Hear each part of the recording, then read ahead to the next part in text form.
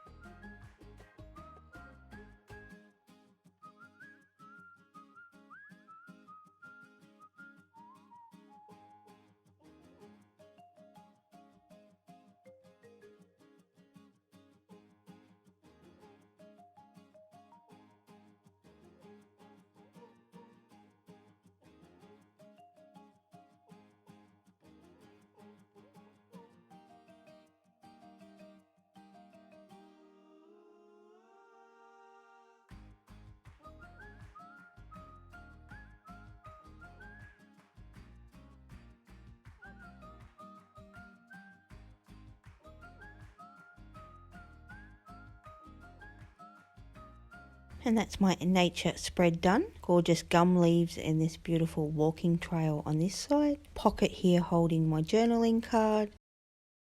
Flip the page and I've got my journaling space with still more room to write and my photo from our beautiful walk. And that is all from me for today. Thank you for joining me. I'll see you soon for my next video.